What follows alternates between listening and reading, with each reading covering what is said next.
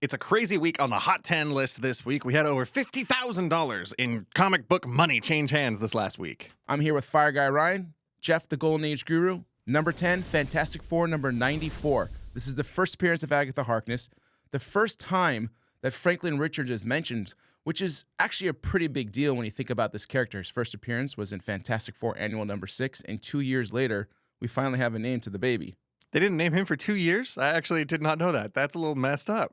We had a handful of sales this week go for more than their recent 12-month average. The 5.0 hit $93 for an increase of 6%. The 6.0 is up 20% for a $110 sale. We had 8.5 hit $240. That's 9% up. The 9.2 is up 4%, and the 9.6 sold this week for $1,500, 14% up.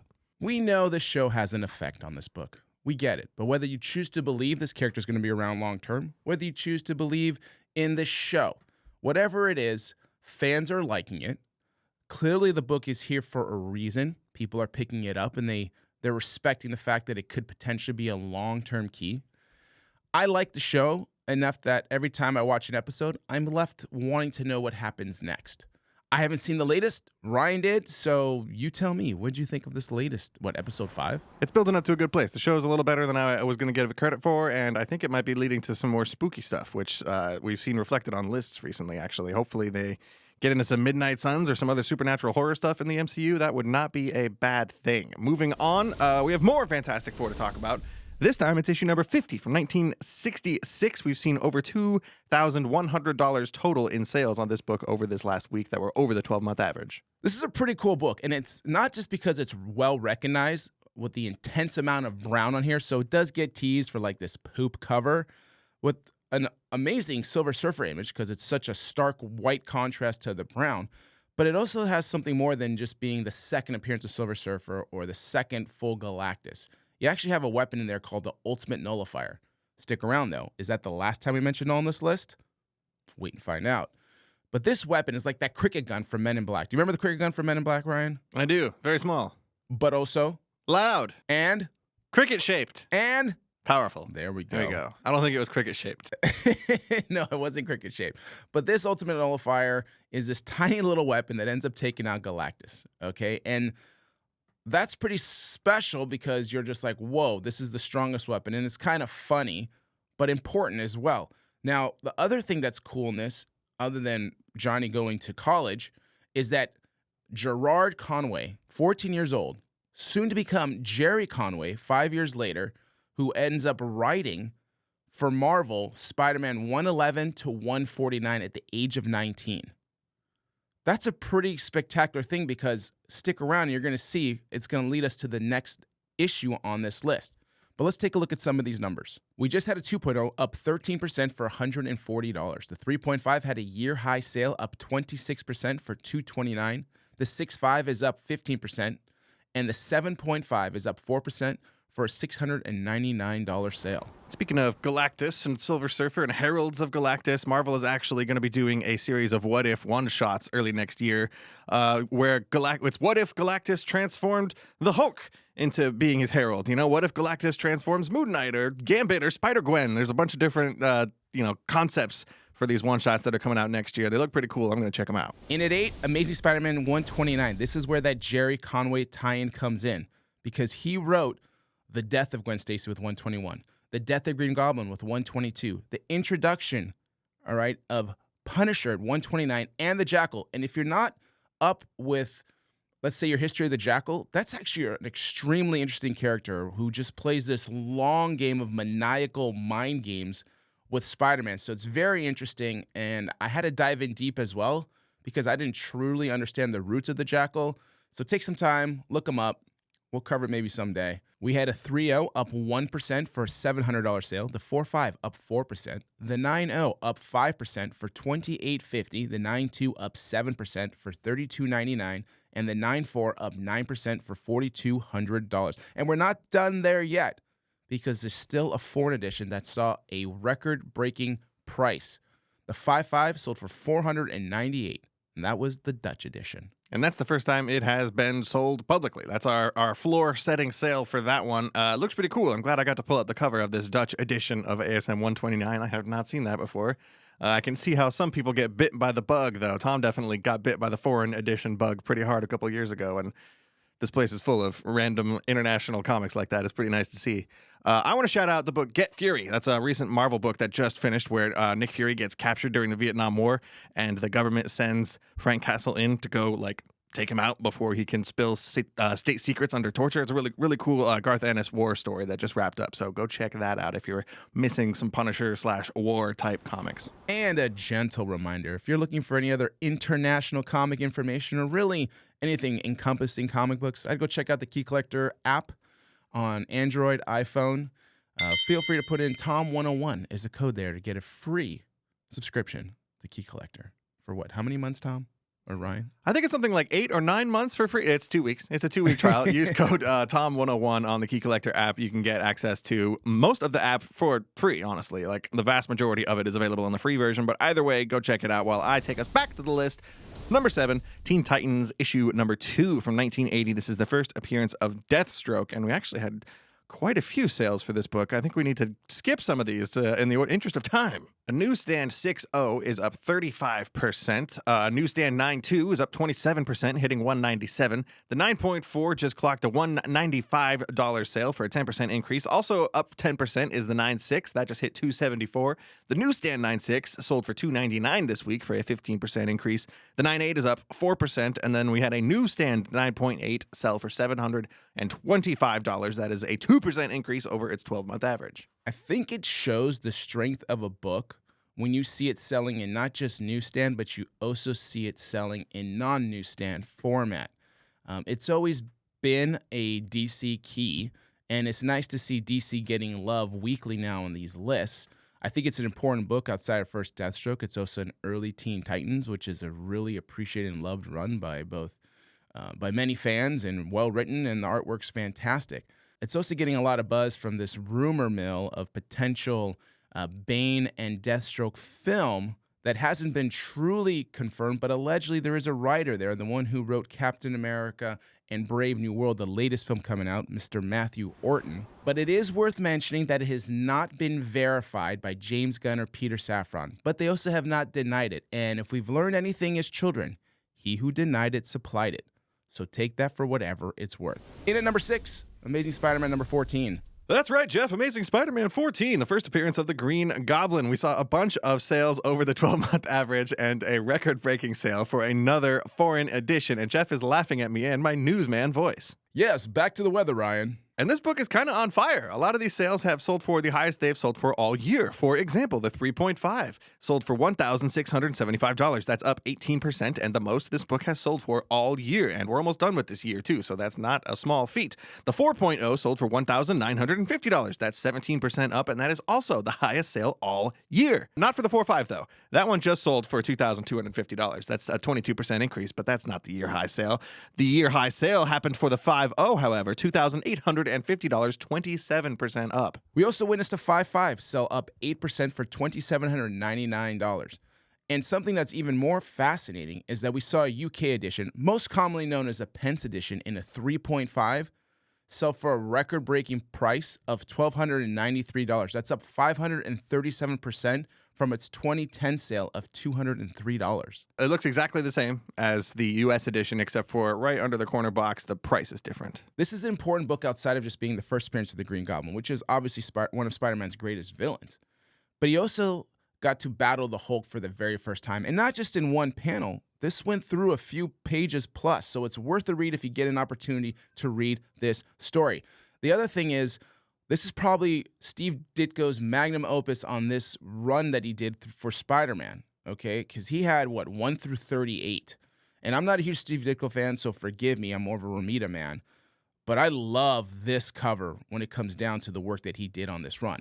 Another cover that I love is an absolute classic, is number 5 on this list. Silver Surfer number 4. And I guess this makes sense. You liked the last cover. This cover is even more iconic, in my opinion, done by John Buscema. We've also been talking about, well, I guess you were talking about technically, Superman 233, the Breaking Chains cover, right? That's iconic. We've been talking about Incredible Hulk 340 for months on end at this point, it seems like. That's another one. It feels like people are kind of refocusing to covers, at least lately. There's a lot of year-high sales for this book that took place this week as well. The 3.5 hit $459 this week. That is a 15% increase and a year-high sale. The 5.5 sold for $725 for a 28% increase, and that's another year-high sale. The 7.0 just hit $1,100. That is 9% up from its 12-month average. 8.5 this week hit $2,000. That is a 15% increase from its 12-month average for another year-high sale. And the 9.0, one more year-high sale, $3,200, 19% up. This is one of those key books that will be in demand for perpetuity. As long as I've been doing this for 25 plus years, this book has constantly been on that list of must-haves for most, if not all, collectors. So I just referenced this book like a minute ago, and I didn't even realize it was the next number on the list. Number 4, Incredible Hulk 340, this iconic Todd McFarlane cover that just has not left the list. We just can't stop talking about it. It was number 6 on the Hot 10 last week, and since then we have 27 new slabs on the CGC census, which is not a small number for just a week, but that makes sense when you consider how in demand this book has been. There are 3 new 9.8s even, so congrats to you 3. And of those 27, one of those was mine. But unfortunately, not the 9.8. Came back 9.4. Regardless, we had 8 sales this week above the 12-month average for $2,237 in sales.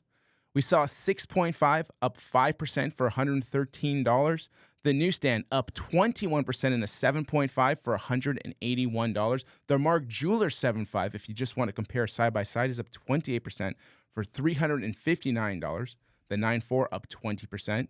And the newsstand 9.4 is up 21% for $339, and the 9.6 up 25% for $438. So last night when I was putting the notes and research together for this video, I stumbled across this news article that McFarlane Toys is going to be making figures based on some of Todd McFarlane's most iconic covers at a 1/6 scale. This is only going to cost you $50, and it's a pretty cool reproduction of this exact cover featuring Hulk's reflection in Wolverine's claws. It's supposed to be coming out in November, and I don't know, if I was a figure person, I would very much want one, but I put a wall up. I can't do it. Yeah, I kind of get what you're saying, because I didn't know about these till you showed me them.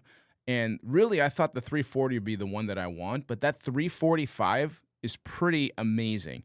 And I get, if you travel down that path, it's a slippery slope. You're not going to want just one. You're going to be like, oh, I want my key issues not only flat, but in 3-dimensional scale as well. It's pretty awesome. But another awesome is Uncanny X-Men 266, number 3 on this list. We saw 7 sales above the 12-month average for this book for a total of just under $2,000 over the last week. And this is the second appearance of Gambit? ? According to our notes, it's kind of hard to decide, and I'm not as well informed on all this stuff as you are. Why don't you break it down? We spoke about rabbit holes. Here's another. This book is, by CGC standard, the first full appearance of Gambit, even though X-Men Annual 14 allegedly came out 3 weeks prior and has 15 panels with him showing up in it and about 10 word text bubbles of nuance in this story. Yet that's considered the cameo appearance by CGC. You go to Key Collector, they will call that the first appearance, and X-Men 266 the second appearance. This is where comics just gets a little fuzzy and weird. Personally, 15 panels, like, how do you not call that the first appearance, period? No cameo, not first full. That's just the first appearance. But I digress. You guys comment down below. Let us know what you think. Let's hit them with those numbers, Rye. That is why I love having the Golden Age Guru at this table to help break stuff down for us. Let's get to the numbers. Like you said, the 8.0 is up 14%, $150 sale this week. The newsstand 8.0 had its year-high sale this year for $196. That is a 40% increase over its 12-month average. And then we're getting into some direct market 9.0s and above. The 9.0 and the 9.2 both sold for $200 this week, 21 and 17% increase respectively. The 9.4 hit $240, that is 26% up. The 9.6 just sold for $287, 21% increase, and the 9.8 hit $700, that is 13% up. The residual impact from Deadpool Wolverine continues with this Gambit book and the excitement for this character. Love seeing this book on this list. Love seeing this book in the wild. Also love seeing number 2, Amazing Spider-Man 252. AF-15 homage. Showed up last week, finally. Took way too long. Now to see it 2 weeks in a row, I'm loving it. We had 9 sales of this book for $3,649. Now, like Jeff mentioned, this book was on the list last week at 3rd place. We've seen 48 new slabs hit the census since then, so that makes me wonder when supply and demand is going to kick in and what that's going to do to these sales, but it doesn't seem to have much impact right now because there are a lot of sales here for this book, most of which are in newsstands. There are so many newsstand sales, in fact, that we just went in and removed the direct market edition sales that happened this last week. If you want the full picture, go check this number out on Key Collector. You'll see all the sales. I'm going to start with the newsstands. 7.0 hit $139 for an increase of 17% this week. The 7.5 is up 33%. The 8.5 is up 36%. Oh, man. And those numbers keep getting bigger. The newsstand 9.2 is up 58%, selling for $337. The 9.4, the newsstand 9.4, couldn't keep up. It hit $275 this week. That's only 12% over its 12-month average. And the newsstand 9.6 just hit $450 for an increase of 13%. With a common book like this, getting any type of variation to make it feel a little bit more special, such as a newsstand or Mark Jewelers, is what seems to be driving a lot of collectors to this book. Before the video ends, I want to remind you guys to scroll down a little bit and hit that like button, hit the subscribe button. Those are both down there, kind of in the same area. So 1, 2. And if you like what we do, you should probably just go check out ComicTom101 to check out our mystery mail call. We are actually just started the November box, and I wasn't sure what the exclusive was, so I reached out to Tom while we were recording this. Day 1 of New York City Comic Con, and I gotta tell you, the mystery mail call 1 per box variant, it's by Marco Mastrazzo. This is the first time we've ever teamed up with them, and it's horrifying. Perfect for the season. Gargoyles, Virgin variant, 1 per box. ComicTom101.com, link in the description to support the show and get yours. And enjoy the rest of the video. I'll see you at the con. And if you know Tom and you know this mystery mailbox, you know there's more exclusives to come. But let's hit them with the #1 hottest, scorching hottest book in the world for this last week. Marvel Superheroes, Secret Wars #8. Are you telling me there's no null on this list? There is no null on this list, but there's plenty of symbiote stuff. As always, we are like less than 2 weeks out from Venom: The Last Dance hitting theaters, so it is no surprise to see these books on top of the list for weeks in a row now, ever since that last trailer came out and announced null. We had 9 sales over the 12-month average happen in this book this past week for a grand total of $2,810 across all the grades that were above average anyway. Again, a very heavily submitted book. We have 26,957 slabs of this book, 34 new ones this week alone, with 8 of those being a 9.8, 1 of those being mine. There's 7 other 9.8s. You're not even that special. I didn't really feel that special considering that there's 6,000 other 9.8s of this book out there. This week we saw an 8.5 sell for $228. That is a 42% increase over its recent 12-month average. The 9.2 hit $328. That's 73% up. The newsstand 9.4 sold for an even $313 up. And then we had a Canadian price variant. That's another